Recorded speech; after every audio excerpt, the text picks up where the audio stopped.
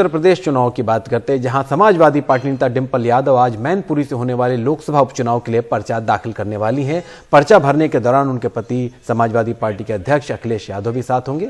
ये सीट उनके ससुर मुलायम सिंह यादव के निधन के बाद से खाली हुई है और 10 अक्टूबर को मुलायम सिंह यादव का निधन हुआ था, जिसके बाद से अब वहां पर इस सीट को लेकर के गहमागहमी तेज हुई है। इस सीट पर 5 दिसंबर को वोट डाले जाने हैं और 8 दिसंबर को यहां पर नतीजे आएंगे। इस सीट के लिए बीजेपी ने अब तक अपने प्रत्याशी का ऐलान नहीं किया है। कुछ खबरों के मुताबिक मुलायम सिंह यादव की दूसरी बहू अपर्णा यादव को बीजेपी उम्मीदवार यहां पर बना सकती है। बड़ा रोचक होगा कि 2 बहुएं आमने सामने होंगी। बिल्कुल, और ये देखना होगा कि क्या उनको जो है टिकट यहाँ पर बीजेपी देती है या नहीं।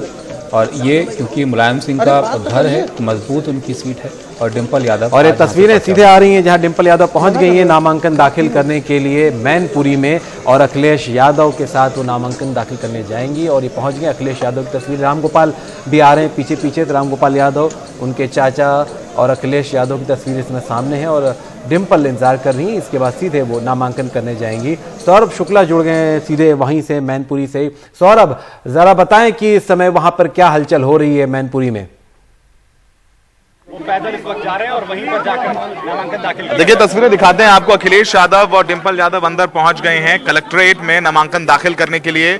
लगभग 1:30 बजे, ठीक 1:30 बजे वो यहाँ पर पहुंचे। उनके साथ में रामगोपाल यादव जो उनके चाचा हैं वो मौजूद थे। शिवपाल यादव खुद नहीं आए, लेकिन उनके बेटे जरूर यहाँ पर मौजूद हैं। आदित्य नाम है उनका, वो यहाँ पर है। तो फिलहाल ये काफी दिलचस्प है। हमारी रामगोपाल जी से बात भी हुई, उन्होंने कहा कि ये बहुत महत्वपूर्ण सीट है, सबकी नजरें उन पर लगी हुई हैं क्योंकि मैनपुरी खुद नेताजी की सीट है, इसलिए पुत्रवधू डिंपल यादव मैदान में है। तो तस्वीरें देखते हैं, यहाँ सुरक्षा व्यवस्था काफी चाक चौबंद है। सिर्फ जो उनके प्रस्तावक हैं डिंपल यादव के आलोक शाह के जो जिलाध्यक्ष हैं, उसके अलावा तेज प्रताप यादव पूर्व सांसद हैं, वो पूरे मैनपुरी लोकसभा चुनाव देखते हैं और एक्टिव रहते हैं, वो प्रस्तावक हैं, उनको ही इजाजत दी गई है। साथ में अंदर अखिलेश यादव खुद गए हैं और काफी अहम है। जब आज सुबह नामांकन का दिन था तो सुबह पहले डिंपल यादव और अखिलेश यादव पहले मुलायम सिंह जी की समाधि में पहुंचे, सैफई में, वहां पर श्रद्धा सुमन अर्पित किए और उसके बाद फिर वो मैनपुरी आए हैं। तो समझ लीजिए कि एक मैसेजिंग भी बहुत जरूरी है क्योंकि अखिलेश यादव आजमगढ़ का खुद जो जहां से लोकसभा सांसद थे, वहां की सीट खाली हुई, वहां से चुनाव हारे।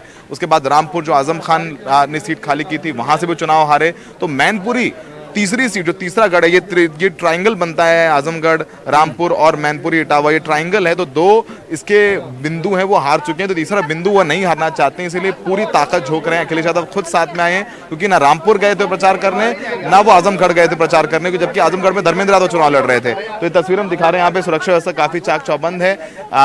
राजेश कुमार जी खड़े हुए साथ में, एसपी सिटी, इन्होंने जितने लोगों को परमिशन थी उनको ही अंदर जाने दिया गया है। तो यहाँ थोड़ी देर बाद 10 से 15 मिनट में यहाँ से अखिलेश यादव, डिंपल यादव निकलेंगे और हम लोगों से बातचीत करेंगे, तमाम सवाल पूछेंगे। कयास लगाए जा रहे थे कि यादव परिवार में क्या सब कुछ ठीक है। हम सब जानते हैं शिवपाल यादव की नाराजगी जग जाहिर है। शिवपाल यादव खुद तो नहीं पहुंचे हैं, लेकिन जो हमें बताया गया है, रामगोपाल जी ने बोला है कि शिवपाल यादव से राय मशवरा करके ही डिंपल यादव को टिकट दिया गया है। तो यादव परिवार एकजुट है। अब बड़ा सवाल है कि यहाँ से बीजेपी किसको मैदान में उतारती है। चर्चा ये हो रही थी कि अपर्णा यादव चुनाव लड़ेंगे, पर जो हमारे सूत्र हैं उनके मुताबिक ऐसा नहीं होने जा रहा है। यहाँ पर बीजेपी के पास 2 या 3 उम्मीदवार हैं प्रेम सिंह शाक के, क्योंकि यहाँ पर सबसे ज्यादा यादव हैं, लगभग 4,25,000। उसके बाद शाक की पॉपुलेशन है 3,15,000। तो प्रेम सिंह शाक के यहाँ चुनाव लड़ते थे। पिछली बार देखिए ताबिश बहुत ज्यादा अंतर से नहीं जीते थे, मुलायम सिंह 96,000 से जीते थे और यहाँ 5 विधानसभा थी सीटें हैं, उनमें से 2 विधानसभा सीटों पर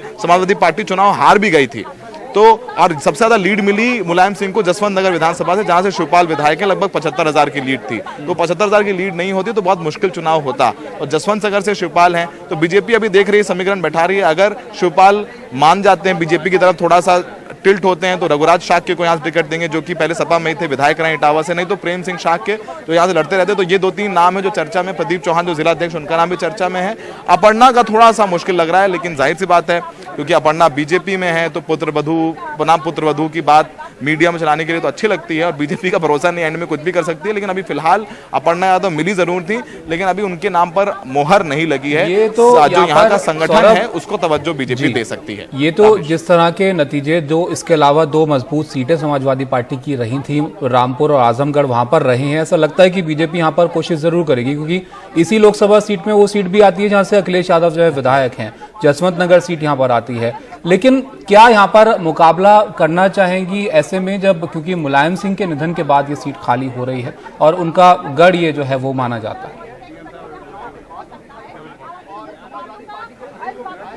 देखिए ताबिश, बीजेपी हर चुनाव में अपना 100% देती है।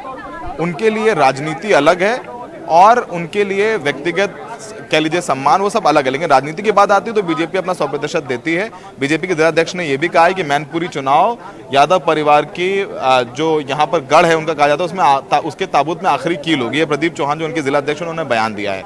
तो बीजेपी यहाँ चुनाव लड़ेगी, पूरी ताकत से लड़ेगी, क्योंकि विधानसभा चुनाव में भी अखिलेश यादव जब करहल से चुनाव लड़ रहे थे तो बीजेपी ने ऐसा नहीं था कि वॉकओवर दे दिया था। उन्होंने एसपी सिंह बघेल जो कि आगरा से सांसद हैं और केंद्र में मंत्री, उनको टिकट दिया था और यहाँ पे चुनाव लड़े थे एसपीएस बघेल, जो पहले एक टाइम पे समाजवादी पार्टी से सांसद भी रह चुके हैं और अखिलेश और मुलायम सिंह यादव के पर्सनल सिक्योरिटी गार्ड होते थे, पुलिस में थे वो, तो उनको वहां से मैदान में उतारा था। तो बीजेपी कोई भी चुनाव हल्के में नहीं लेती, उनके लिए राजनीति अलग है, ये सम्मान और ये दूसरी जो चीजें हैं वो अलग है। तो हम देखेंगे बीजेपी यहाँ से लड़ेगी भी, उनके सारे नेता प्रचार में भी आएंगे और बयानबाजी भी होगी, तो पूरी कोशिश बीजेपी करेगी। इसीलिए वो देख रही है कि समाजवादी पार्टी में शिवपाल यादव का क्या रुख रहता है, उसी के हिसाब से वो टिकट डिसाइड करेगी और शायद शाम तक घोषणा भी हो जाए। है कि जिसमें किसी भी पार्टी के बारे में कुछ भी कहना मुश्किल होता है, देश काल परिस्थिति के हिसाब से चीजें बदल जाती हैं।